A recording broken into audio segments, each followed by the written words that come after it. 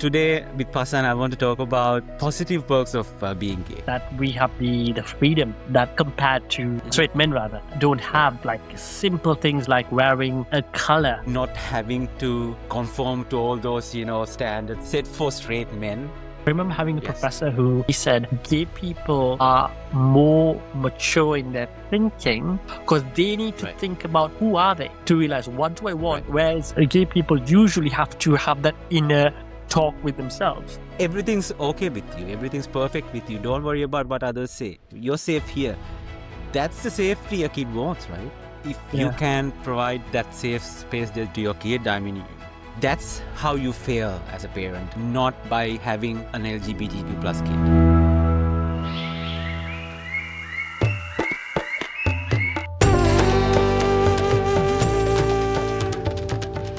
Hi, I'm Supun and this is Linda Langa. So today I'm joined with Pasan. Hi Pasan, how are you? Hello, I'm good. How are you? Welcome back to Linda Langa. Thank you very much. Thank you for having me again. So Pasan has been on the podcast before as well with his husband Damien. In that episode, we talked about their journey of going through surrogacy because that's how they got their two kids who are twins. So you can watch that video by clicking on the link on the screen right now. And if you're watching on TV, you can actually scan the QR code that you see right now on the screen. So Pasan, so in today's episode, we are going to talk about something that's different from what we've talked about so far. So whenever we talk about being gay, we talk about the trauma, the struggle that we go through as gay people, which is very real and we don't deny that. But then again, today with Pasan, I want to talk about positive perks of being gay. So today that's going to be the primary topic while we talk about, everything else, just like, that's how it is on Linda Langa. So Pasan, welcome back again. Yeah. So how are the things with you? Yeah, they're good. I think we came across this topic as we were preparing for the previous podcast, and we stumbled upon this topic, and we thought, okay, this could be a episode in itself, and we'll leave that for then. I think we were saying it was I suppose the perk, because it's as you mentioned, like it's always usually it's all about the struggles, but like we never get to hear the positives of being who we are. And I think one of the things is that we have the freedom that compared to straight people, straight men rather, don't have, like simple things like wearing a color, a shirt which is like could be bright pink or red or a light color, and people might think, oh, that's, if this was a straight person, they might kind of judge, and the person might think twice before they kind of even consider a color like that. Whereas people like us who are, I suppose, out, like you wouldn't care less. Like I've got like pink shirts I wear to work, to school, and no one, again, I suppose it's different here, it's different culture, but no one really bats an eyelid. But it's simple things like that, and it could even be things like singing. When like, I mean, I would burst into song as I just walk to the kitchen, or like at work, people and people wouldn't kind of question like, oh, that's a bit weird. Like, whereas again, a straight person might again think, I don't feel comfortable doing that, even if they're a really good singer. Like they might, like, even things like karaoke, they're like, oh no, it's okay, I don't want to do that because that's not what men do, right? Like men drink and men like fight, and that's what men should be doing, not be wearing pink and singing Disney. Right. Yeah. The good thing. Yeah. It's definitely it's a perk as, being gay, basically not having to conform to all those, standards set for straight men. Right. Yeah. Because whenever we know that we are not a straight man, we don't have to conform to any of those. We can wear pink because I'm not a straight man. Because no one set the standards for us. We can make our own standards. Exactly. So not wearing pink is a straight man thing, not a gay man thing. So I can do whatever I want, right? Yeah. So it reminds me that, but it wasn't always like that when I was in Sri Lanka, though, I was sort of trying to, adhere to those things, trying to be masculine, because I thought that's the way to go, and that's the way to maybe have some acceptance, as the way to like be seen, or even at work, maybe that's how you could proceed in your career or something like that. I mean, I was in that dilemma or whatever. I was struggling in that, box, trying to be in that box at least. But then again, my other side of me, like, always wanted to just get out of that and just be myself. And because I knew that I'm not a straight man. So though these standards shouldn't apply to me. So I knew that. But also I had that, conflicting state where, like, I wanted all that other privileges that you get as a straight man also. But then again, I remember when you were saying that, as gay men we can wear any color, including pink. I actually wore pink to my office. It was a topic, a man wearing a pink color. It wasn't that bright, but it was like bright enough, you know, bright enough that a man wouldn't wear. So I remember that even my project manager was asking me like, why are you wearing not like she always had this very like sarcastic tone in her voice. She wasn't bad. I mean, I still adore her. She was a really good person. But then again, she had that very, I don't know how to call it. She she adhered to all this masculinity and everything. She believed men should be men. Oh. That sort of ideology. So yeah, she was like, why are you wearing pink? That's not a men's color. Mm. And there were other people commenting on it and everything, and I got really upset. Like, it was a really nice shirt. The color was really nice, and it was, I think, linen or something. I loved linen back then. And then I actually looked it up. Pink is pink not a men's color? Then I found that pink. So attaching pink with all these feminine products and everything was part of this whole marketing thing. And before that, I think in the medieval ages or something like that, pink was a men's color actually. So it was a really funny fact that I found while I was looking up, because I was upset of all the comments that I got. But yeah, it was a funny thing that I remembered. But then again, yeah, as you said, we can wear anything. I think we can be creative. I think the key thing is because if you're out and if you're comfortable with yourself, then you have the freedom to do all of these things. But if you're living in a place like where Sri Lanka is at the moment, I suppose, or hopefully won't be for long, where you have to be careful because for your own career advancement, for your own personal safety, you have to be wise. You can't just be like, I'm going to do whatever I want. I mean, if that's going to harm your safety, of course you shouldn't be doing that. And I mean, if career is something that you're looking at progressing, and if you think that's going to in any way harm your career, perhaps you don't. But it's yeah, I suppose it's a cultural thing, and it's kind of in the single phase, the tanta sudu sunuana, right? So you need to kind of make sure that you're adapting your common sense to it as well. Gay people do have the freedom quite a bit, and hopefully, as society in Sri Lanka is kind of beginning to understand through things like this, through podcasts such as yours, through like articles that are printed in the mainstream papers to showcase, and even I know like the whole mothers movement is very negative, but then that negativity is countered by people advocating for, look, you are extremely stupid as an organization. Like, it stemmed from something else. It started, I think, with a different initiative, and then you're using this as a weapon to and all. So I think that like any publicity is good publicity. So I think this is kind of it's bringing out the good in people as well to kind of fight for.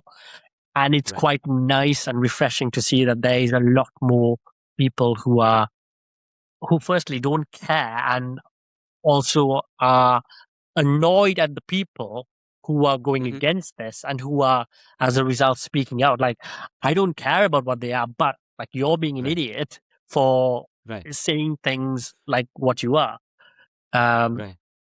So I think, I think I lost my train of thought. Sorry.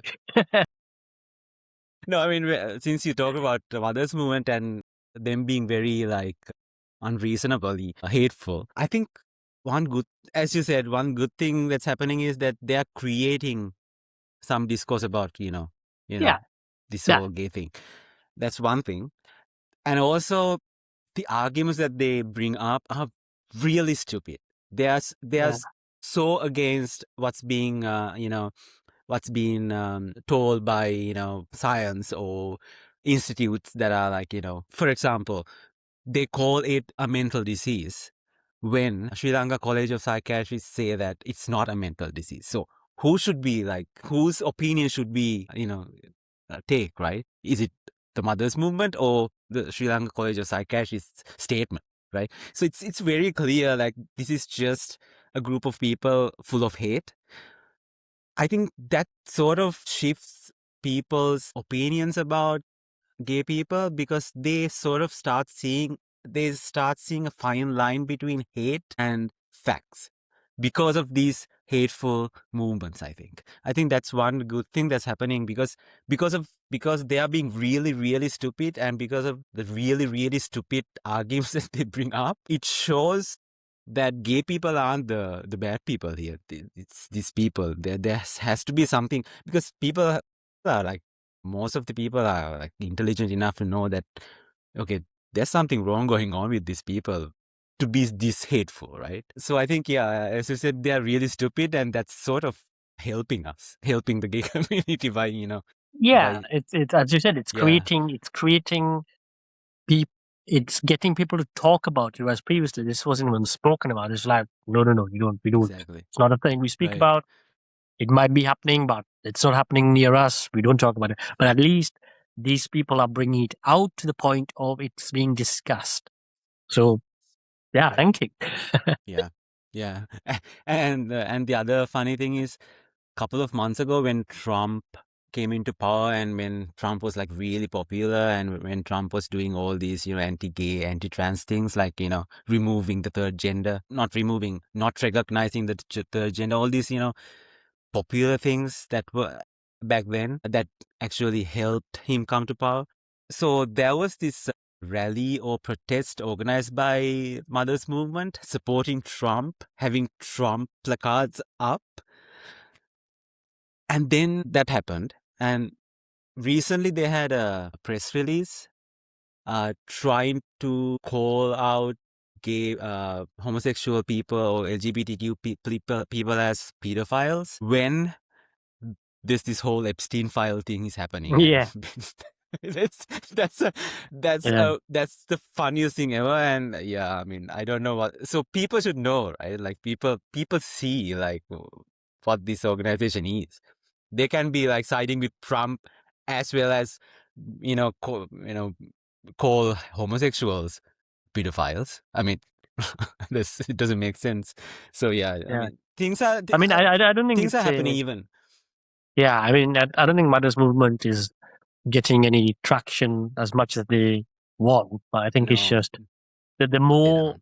the more stark comments they make, the more the media picks it up. And Mm, I think it's just not giving them a platform to right. spew these things. But one thing, one of the, I don't know who it was, but this lady was saying how if her daughter came out with another girl, it would Mm-hmm. like break her heart and she would die because it's hurting her. But then, like, Mm-hmm. you also need to think, but you're thinking of yourself Mm, selfishly. You're not thinking about your child. Instead of giving them the love and support, it's all about you. right. And like, is that what the true mother is? Right. Yeah, exactly. Like Kind of. as a mother, like if I was a mother, I would put my kid first, right? Before, even in the stories, I in the wonder how Buddhist true stories. that is for people in Sri Lanka. I don't think that's true for a lot of people. I think what Sri Lankan parents think about is not the kids, but what Mm-hmm. society thinks of them. Yes.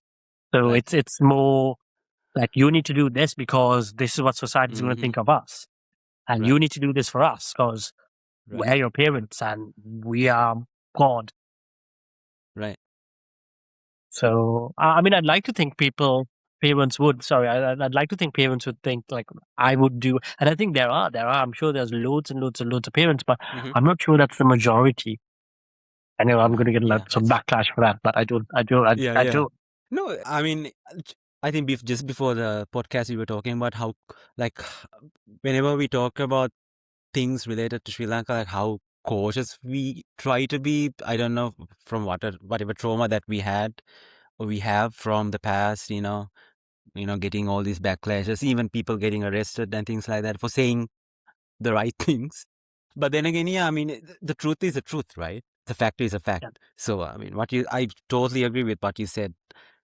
What we've seen is exactly that people putting the whatever the response that they get from the society, or people putting that first before their kids' happiness or the kids' betterment in the kids of the kids' life, right? So it's a very sad situation.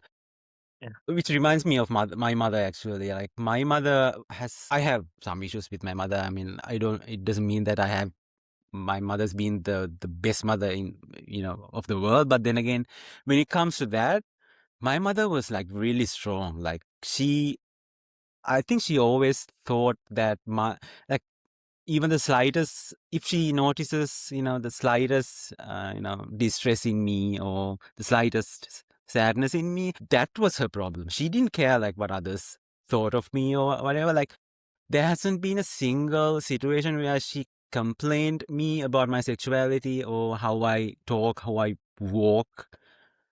She's the one person who has not commented on any of those. So I think that's why I find safety within just her. I'm not talking about my father, I'm not talking about the rest of the family or anyone, but just her.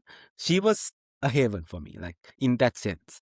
She did not care what others, like, she would not even tell me, okay, that person said something bad about me. She hasn't ever told me that.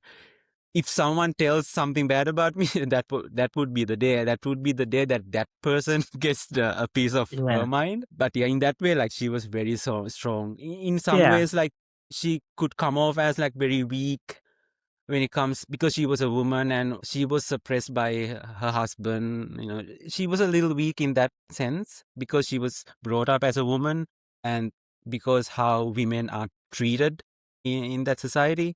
Because of that, she was weak in certain situations. But when it comes to me, she was a really strong person. And also, coming from you as a parent, I mean, I'm not a parent, but then again, that whole thing came from you as a parent. So I think better, right? Like, your kid comes first. It's not what others think of you. But the thing is, I mean, obviously, your mother sounds amazing, and I hope there's one more people like that who stand up for their child no matter what. Yeah.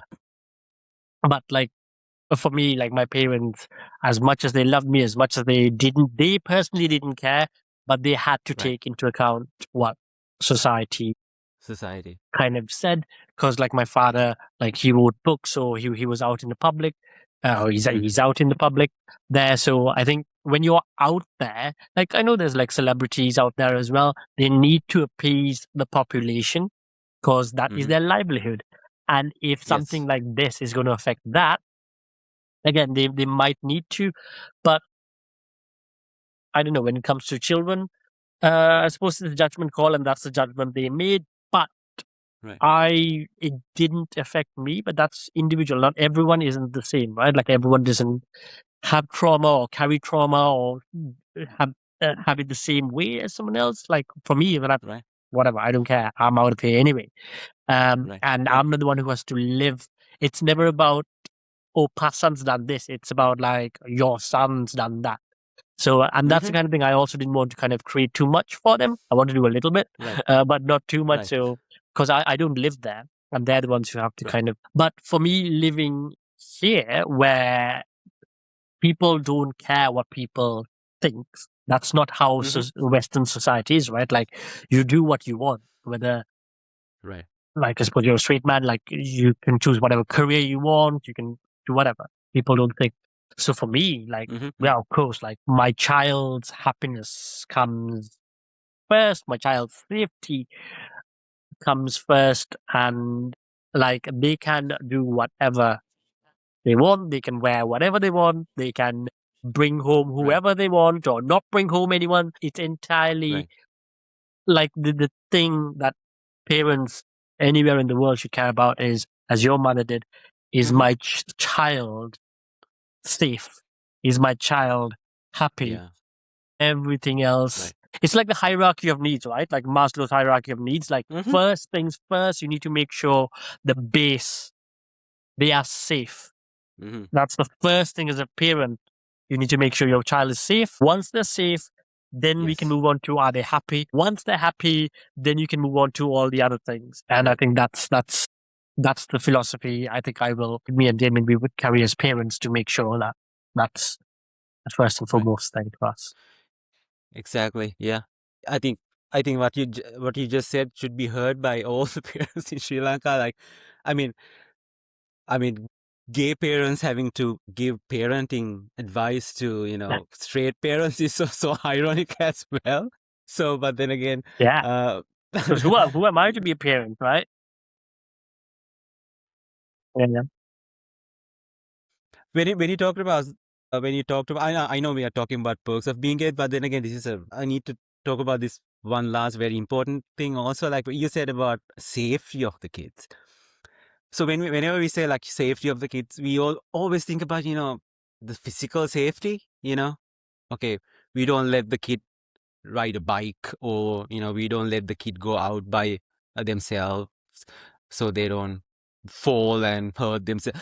That's Yes, that includes safety, maybe, the physical safety. But then again, for me, the safety that I badly wanted, that I actually got to some extent, within my mother's, care, was that feeling safe within among the family or with your parents, right? Do I feel safe to be myself? If my parents make me feel that there's something wrong with me, if I go out to the society and if I get all these bad comments, if I'm told, why are you like that? Why, that's not right? Don't walk like a girl. That's bad. What's wrong with you? When I get all that, I need to be able to come into safety, with my parents and tell them. So I'm getting all these, things. I don't feel safe outside there. Is there something wrong with me? My parents should be able to tell me, no, there's nothing wrong with you. You're perfectly fine, right?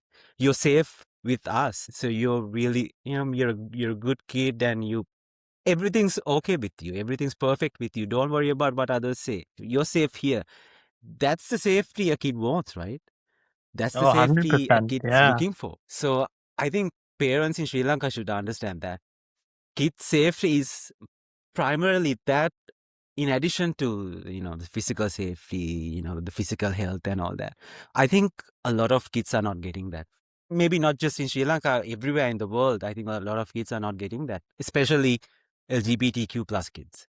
They don't get it. Go through shit just because they feel there's something wrong with them, and with all that. Yeah. So just This wanted to reminds me, mention that. I think in his comments defending the community, I think one of the things he said is, don't be your child's first bully. Right?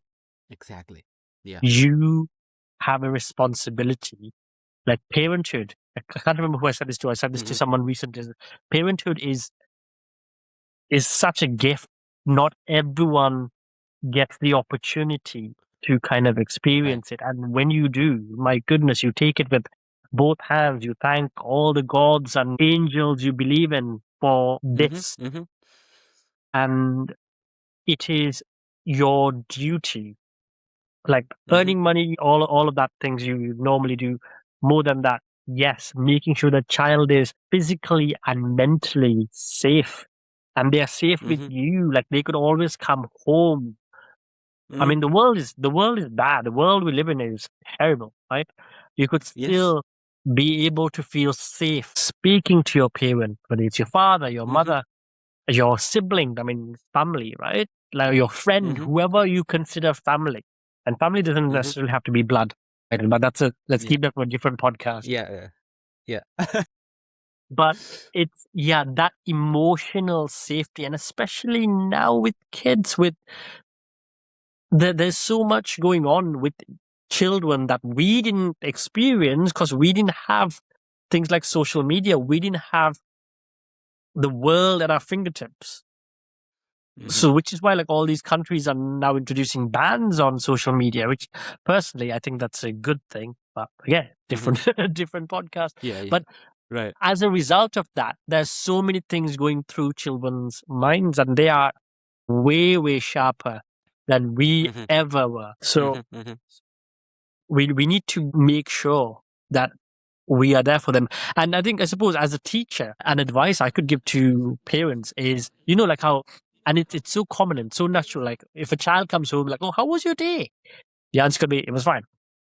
But instead of that, just ask, what do you love about today? That is more of an open-ended question, because you can't be like, it was fine. They have to kind of really think about, get them to think, and also ask them, what didn't you like about today? And what can we do to make sure it doesn't carry on tomorrow? And maybe that could be a conversation you have just before they go to bed or just at dinner time. But please speak with your child, because communication is something in Sri Lanka. I suppose I can't speak for most of Sri Lanka. I can speak for my family. Like, we don't communicate. And I kind of see this in a few other places as well. Like, speak to your children and treat them not as a naive person who doesn't, because just because they're children, just because they're little, doesn't mean they don't have their own opinions. They don't know how to think. Like, encourage them, kind of bring them up to your standards, your way of thinking, and kind of listen to their opinion.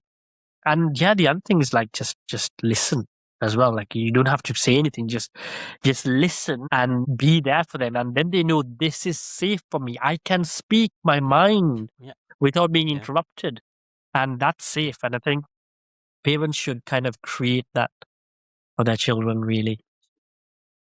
Yeah, I mean, if the kid doesn't have a safe space within the care of the parents, they don't have any like a safer place out there. Like, everywhere else is much less safer. Usually, right?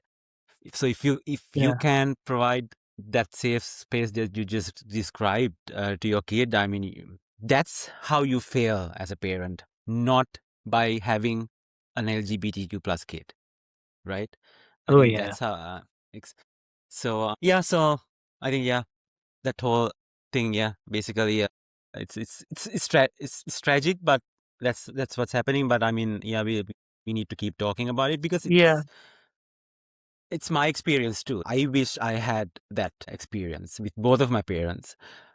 Yes, my mother was very, understanding in that sense, but then again, for a good period of my childhood, she was away. So that's also because, just like I said, my father thought it's best to, for both of them to, work outside of Sri Lanka, while I was, with his beloved sister and other relatives.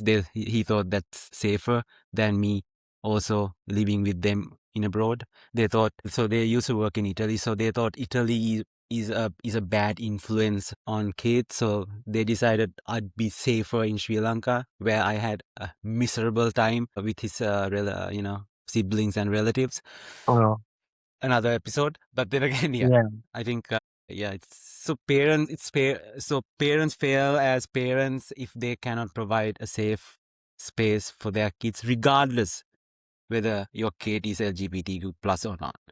So that's a fact. But just kind of on that point as well, like, having an LGBT child is just having like a girl or a boy. Like, what? It's society's influence on what you think should be right, and therefore you are thinking, society says this is wrong, so you are wrong, and this is bringing shame because people outside this house think it's like, if you really think about it, like, what does that even mean as a child, as a person? Like, it's not like, even at work, like, someone is gay, I mean, like that's what happens in their own private bedroom or whatever, that doesn't mean that this person is less productive or more productive. I mean, being homosexual and intelligence has no correlation, right? Like you could be homosexual and you could be really intelligent. You could be straight and you could be really intelligent. Like it draws nothing other than the fact that this is a difference. A girl is a girl is different to a boy. A straight child is different to a gay child. What's is I think what people should start to think about, like, okay, really, what are we hating here? What's the thing that's wrong that we're fighting for? Right, exactly. Like what exactly are we hating actually? What exactly are we fighting for? I mean, others are fighting for against us, right? I mean, I don't know. Like, I don't understand. To continue on what you said about what's different, having a gay kid or a trans kid in terms of intelligence or creativity or things like that, right? So using that to go back to our original topic, perks of being gay, I think usually we are told that LGBTQ plus people are more creative and things like that, right? So I was talking to Shriyal, the other person I actually usually do this podcast with. He actually, I don't know if it's something that he read or something that he saw somewhere. He said that this whole more creativity or like sometimes you find like, gay people can be more intelligent also. I don't know. Don't have facts or anything to back it. But then again, usually it's a perspective, right? It's a stereotype that we have. He was saying that it's a trauma response, like, where like as gay people, because we are, suppressed so much, it's so hard for us to like progress in our lives, career-wise, so, personal life-wise. We tend to like work so hard. We tend to be so much more creative in our, maybe in our career or in our whatever things that we do, arts or whatever. Like we tend to put our best into that so that we can come out of that, try to like progress in our lives, pushing all that resistance that we get from the society. We need to like work harder, much harder. We need to we need to catch up from that gap that we've been, forced to have compared to the rest of the privileged people. So we have to work hard to, bridge that gap, or like at least. But I wonder if that's to compete more, with the rest of the people, as opposed to your IQ. I wonder if it's more your emotional intelligence that's kind of getting you to, because you will have people. I mean, I don't think I'm that creative, and Damon is definitely not creative. Don't let him hear that. He's very number oriented, and like you've seen people who are straight who are hugely creative, and then you see people who are gay who are not creative at all.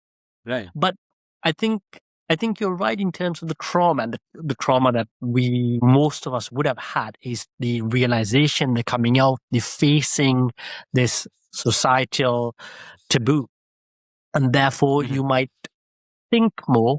And therefore, some people might be able to kind of put that into creativity. And of course, we need to kind of work harder to be accepted.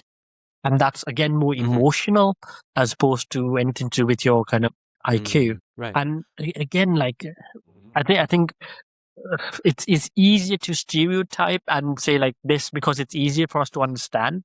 But like every single person is very different. Like I was thinking about this the other day as well. Like people always ask like, how did you realize that you were gay? But like, and lots of people tend to have like these stories. Like for me, that wasn't even a thing.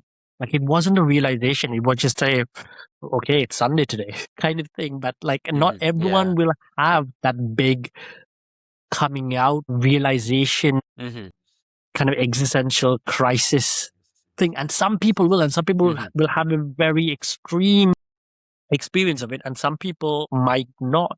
Like, and therefore you can't kind of categorize like everyone to have like the same experience. But I think as a result of knowing that you're not the same to what society is right now, yes, we have to be a little bit more emotionally more mature. Because I remember having a Yes. professor who, it was a leadership module, and he was a straight man in Scotland, and he said gay people are more mature in their thinking than a young gay person compared to, and a straight person achieves that when they're 40, in their 40s, because they need to Right. think about who are they to realize what do I want, Right. whereas gay people usually have to have that inner talk with themselves to kind of figure out who am I, like what's going on with my life, like where do I want Right. to kind of Yeah. take my life, I suppose questions like that. Right. And Yeah, I think we that, develop emotional intelligence way earlier and way faster than the rest of the population, yeah, probably. Yeah, that's true. Because and that that's there's also another again, perk as well. There's another perk. yes, that's another perk. Here's which perk is that? Third one? Yeah, Yeah. Yeah, exactly. Like, because it's also again survival, right? Because we need to understand what's going on, right? We continuously like try to analyze the situation, try to understand what's going on, why this is happening, and so that builds up that emotional intelligence for us, right? That eventually that helps. Yes, the reasons for that may be traumatizing, maybe not positive, but then again, the outcome is positive in that case. So it's a perk. yeah, So yeah, yeah, yeah, yeah, 100%. that's true. Yeah, it is. So yeah, that high level of emotional intelligence is like, yeah, I mean, it really helps for me also to empathize with others also, because that's something that I do. I always analyze. I don't know if it's always a good thing or not, but then again, yeah, I do empathize with other people. I do put myself in the other person's shoes before I actually, maybe not always, but at least like to some extent, to understand that person's feelings or the outcome of what I do, how that might affect that person, right? So I think that all these things is from that, the emotional intelligence that I developed as a gay kid, as a gay teen, because of all the struggles that I went through, all the trauma, and trying to understand the feelings, trying to understand myself. That's how it builds up, right? Yeah, and certainly empathy. Yeah. Empathy is certainly another perk, because like Right. people Yeah. don't Or of its own. usually Yeah. have that, right? And to kind of understand other people, that's definitely positive. Yeah. We, again, not everyone, because there will be certain people, and again, there'll be straight people who are quite Yeah. empathetic as well. But generally, again, if you're generalizing, usually homosexual people, queer people are usually more considerate in Yes. people's feelings, unless they're being attacked. Then no one's feelings Right. are taken into Yeah. account. That's not a good experience if we are being attacked. Yeah, Yeah. for them, Yeah. not for For us. them. Yes. Yeah. So that's also that thing that you just said, that it's not going to be a good experience when we are attacked. Fighting back. That's something I mostly see like in the West. Like, for example, here in Toronto, if something happened to a gay person, if some homophobic attack or whatever, you just imagine, there could be like thousands and thousands of people, coming to streets and protesting about it. I don't see that in Sri Lanka. I know for good reasons that's not happening. I mean, it's not safe. It's still a criminal offense not to be gay, but at least to have gay sex. Uh, I know that it's a taboo to be gay and all those things I understand, but then again, there has to be at least 100 people to protest something that's happening against some trans person, but that's not happening in Sri Lanka for some reason. I don't know. Like, I'm not accusing anyone, but then again, that's an observation that I have, just because of when you said that, when we are being attacked, it's not going to be, it's not always like that.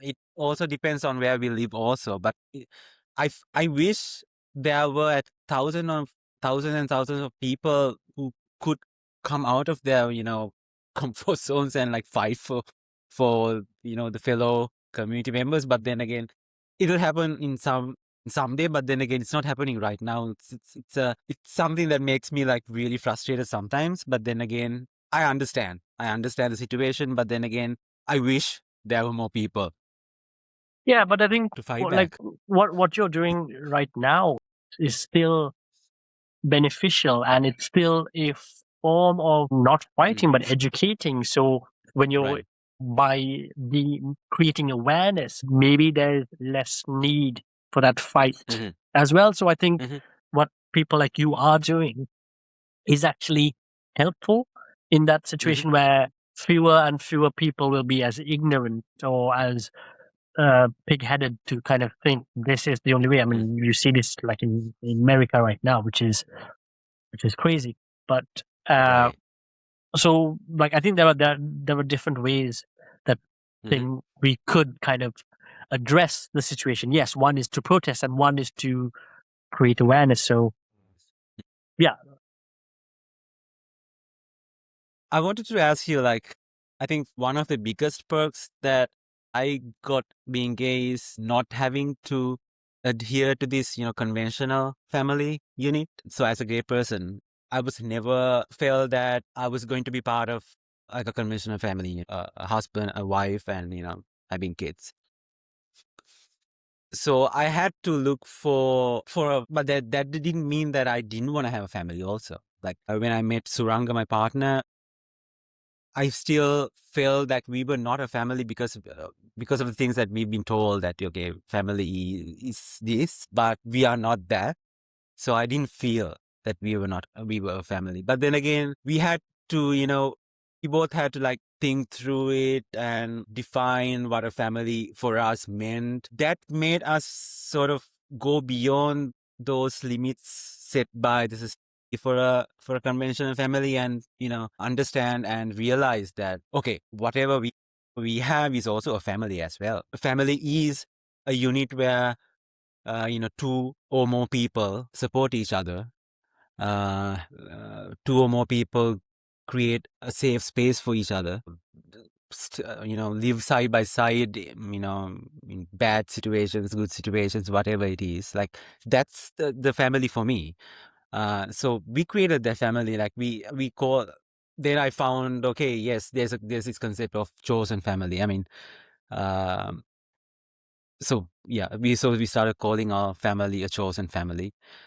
So yeah, that's the other perk that I had, being able to define my own family and actually be comfortable. Yes, this is a family. I call this my family.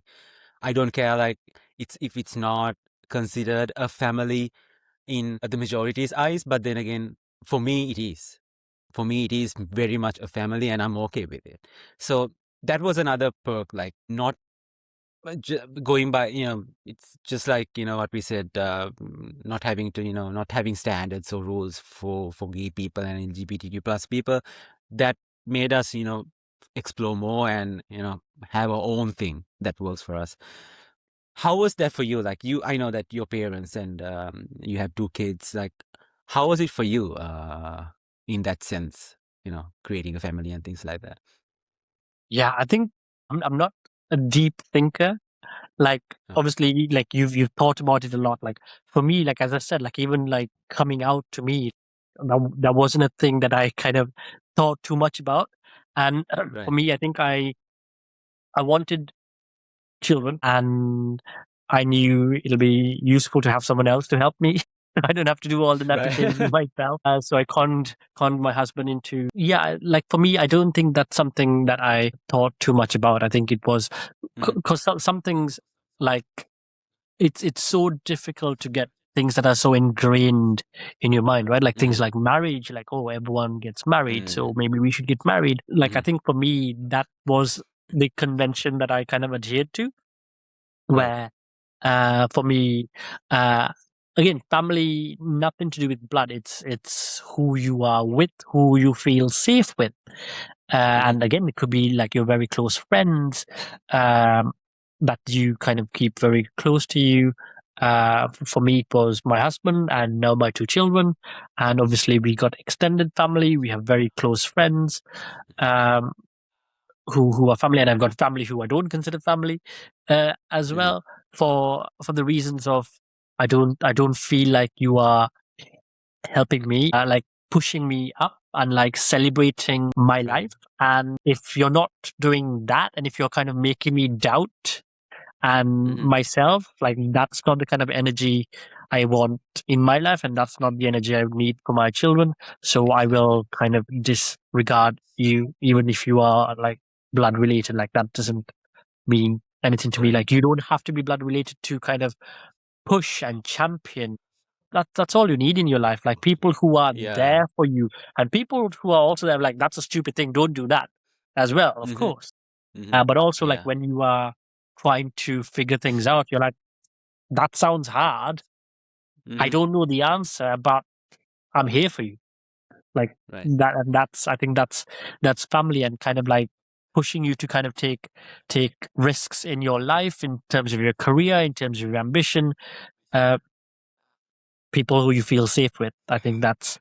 But yeah, for me, I don't think I thought too much into it. I think like for me, I want to do well in my career. I want to be like a headmaster one day. I want to have a family, and like I'm slowly kind of ticking those boxes and Mm-hmm. going along with my life. And the other thing, since having children, is what we both decided was like the reason we're doing this podcast as well, is because we Right. want to kind of make other people feel kind of heard and kind of Mm-hmm. being there for them, like being someone that they could be like, look, if that random person can do this, there's nothing Mm-hmm. stopping me from, because like I am a random person. I'm not like anything special at all. And again, if I can like do things like so can anyone really. Yeah. But yes, I'm very much aware. I have the privilege of I don't live in Sri Lanka at the moment, and I am away. Mm. Yes, there is that bit as well. But yeah. Yeah. Yeah. Thank you for calling my overthinking deep thinking, but Oh, it is. but yeah, yeah. I mean, so yeah. So what you said about push, lifting, your partner up and everything. Yeah, that's exactly what I expected from my partners. Actually, I have multiple partners, so I also like. Also, I feel like I was looking for that safe space that I didn't have when I was a kid. So I wanted someone that I can feel safe with, disconnected from that whole hostile society out there. So I think I found that with my partner, and eventually when I found more partners in the poly family that I am part of right now also, like it's all about, even when I'm in Canada, like, I've felt multiple, like countless number of times that I felt unsafe outside in the society among, it could be because of the trauma that I have, what I've been through and all that. There have been countless times that I've felt unsafe outside in the society with other people, in different settings and all that. But then again, I know that, okay, I have a family that I can come back to and feel safe. I think that I think that's what I expected from the family, and yeah, I think yeah, that's basically family is for me also. Like that's that's what I was chasing for, maybe what I didn't get when I was a kid. I had a very unsafe situation and environment and everything. I didn't want that repeated, and I think that's probably one of the primary goals of my life also, like be safe and be Yeah. among people who can provide that space. Hmm. I think you explained that really good, that basically for you also, you like Damien is your support, right? Like basically, like, yeah, I mean, it could be as simple as changing your kid's diaper, but then again, that's, I mean, starting from that, going up to different levels. But yeah, like that's having a partner is that, right? Like, living by your side. It's not that you have to be always in your each other's spaces also. Like, it's just, there's someone for you, right? Whenever you need that person. Yeah.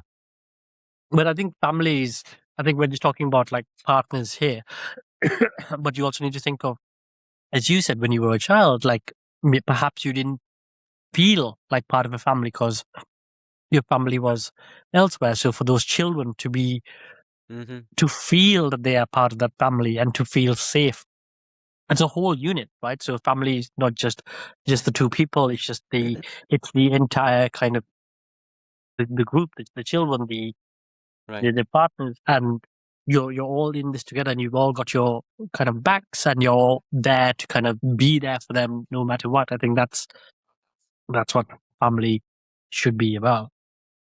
Right. Yeah, that's true. I mean, do we even count the number of perks that we talked about? Many. Just kidding. We got too many to make a list now. Yeah. How about like finding your community? Like for me, for example, throughout my school days, like I did not feel belong. Like I was struggling so much. My like the teachers didn't. I mean, teachers liked me because I was the good kid. In that perspective, they loved me. Look at that beauty. Hey, This is Rupert. I want to come We're over there on the and just podcast. pet. We're on the podcast. Hi.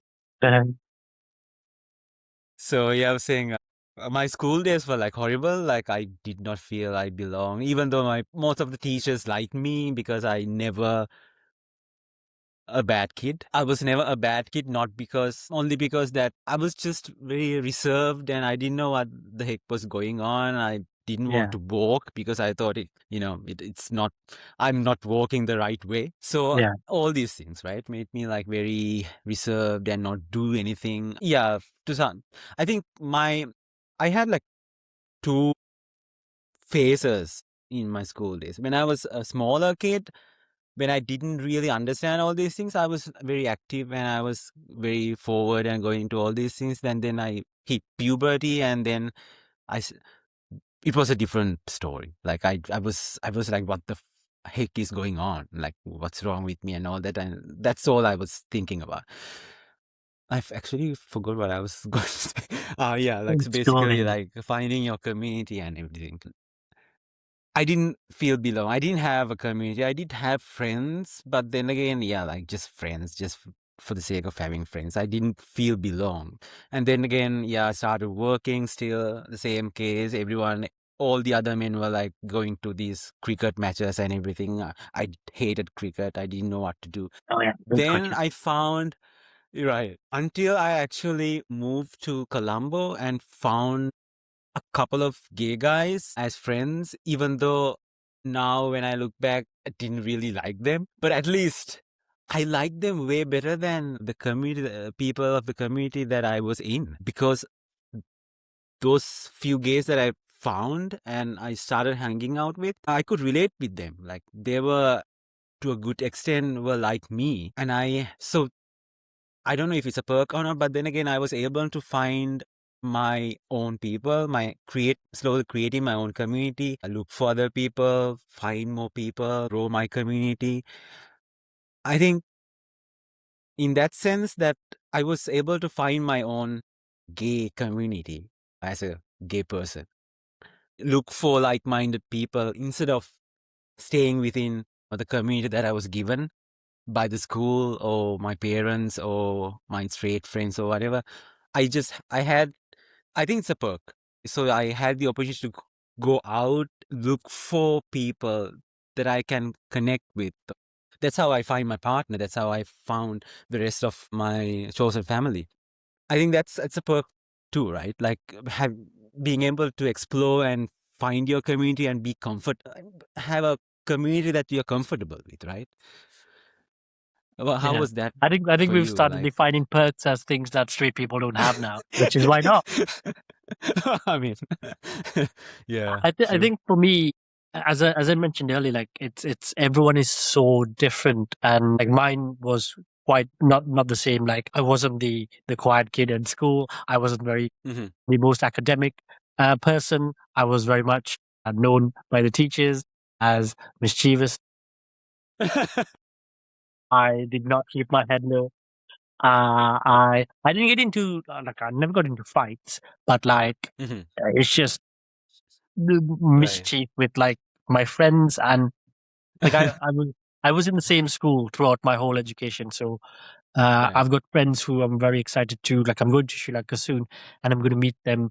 Like I've got friends from like nursery. So for like Oh, wow. 35-year-old friendships Mm-hmm. that and counting. And like I came I came to the UK. They were still there, and like we haven't lost touch.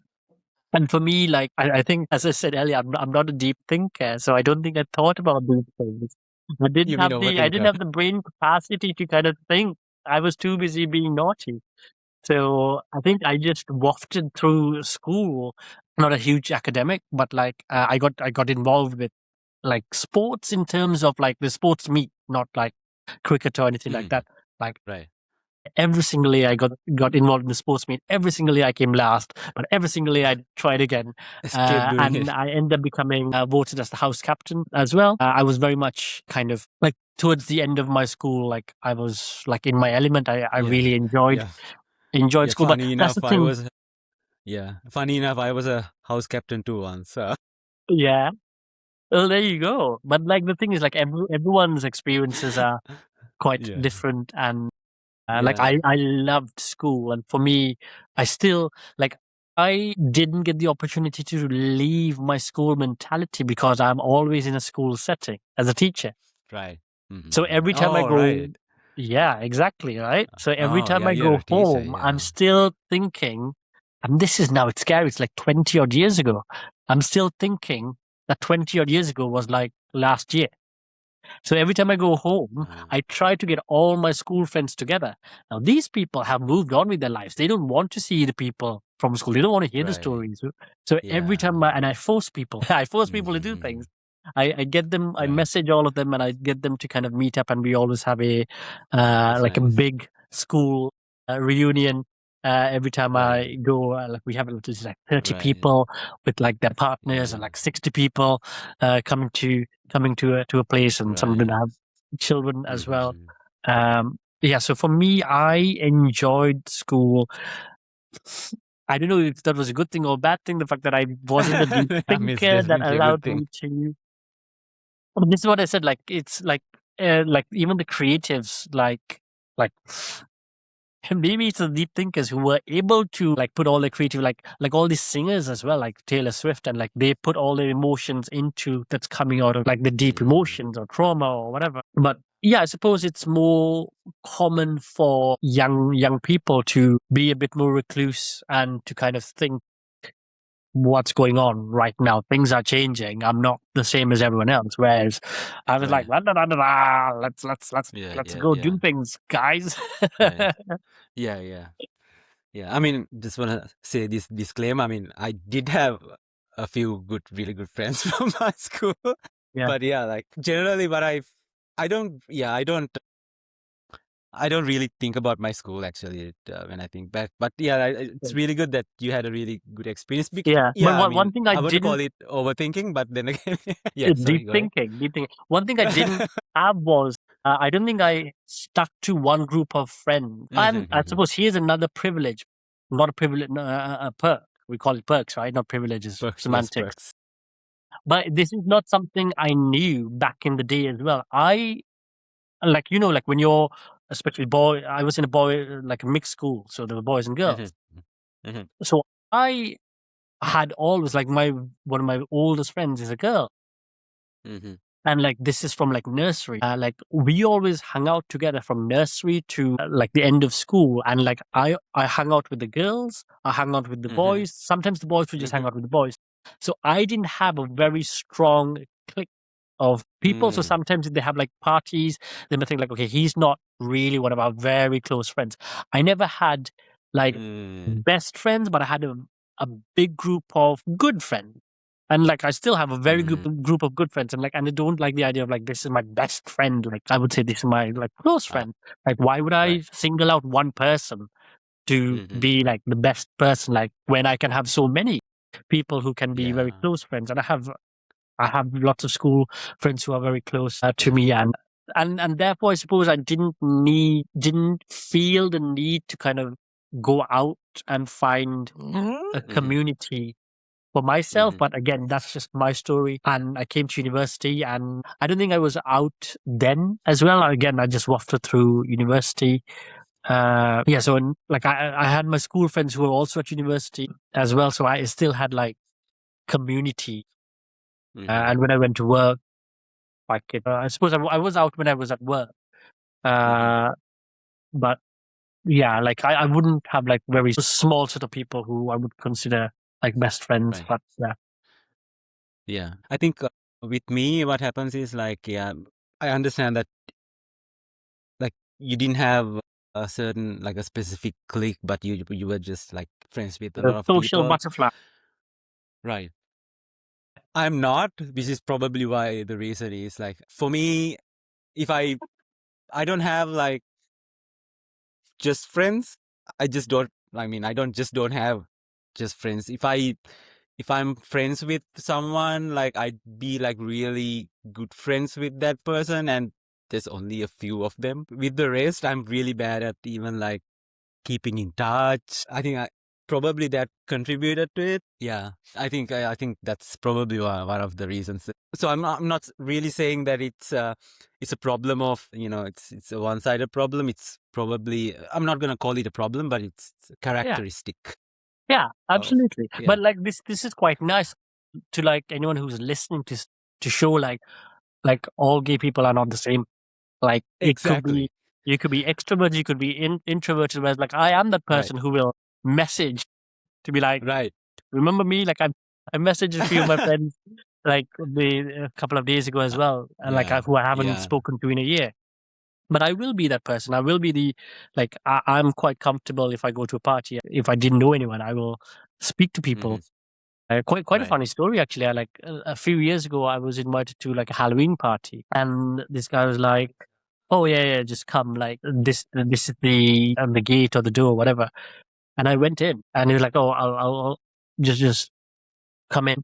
Someone will let you in. I'm upstairs getting ready." And I was like, "Okay, fine, I'm in." And then Hmm.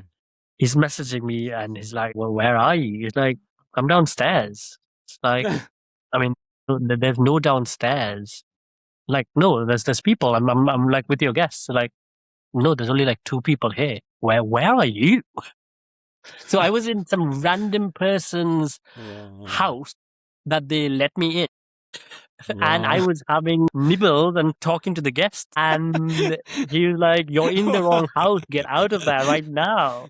That Oh. was, yeah, like I was there for a good Yeah. 20 minutes talking to people. I don't know how safe that house was because, like, you just got a random person who is there eating your food, talking to your guests. Yeah, like everyone might be like wondering, like, yeah, each other, yeah, Yeah, they might be wondering it's a friend of someone else, and yeah, like, exactly. Because there was people's friends of friends, and I was like, "Oh, do you know Peter?" And like, "Oh no, who's Peter?" But like, "Oh, this is John's." And like, because I thought like maybe this is like John's party and he was there. right. Like it could be like a multiple party. Like, oh no, I don't know. I Yeah, don't really that's know John. funny. I'm like Peter's friend. Oh, Peter. Oh, cool. Because Yeah, like people were like, I mean, there has to be a Peter anyway, there. exactly, At least right? one Peter. Yeah, Exactly. yeah, that's Yeah. funny. So yeah, when you were saying that, so I wanted to say that, so I was saying that, yeah, I'm an introvert and I don't actually go and talk to people or like at least keep in touch.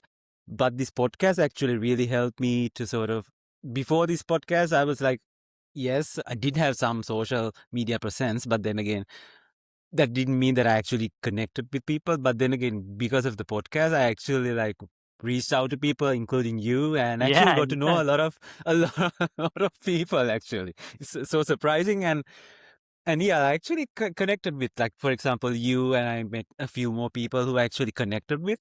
That's actually, I actually like that. It's like, oh, this is the new thing that I like. Okay, that should That's have what you've been, been missing should out have on. started. I know.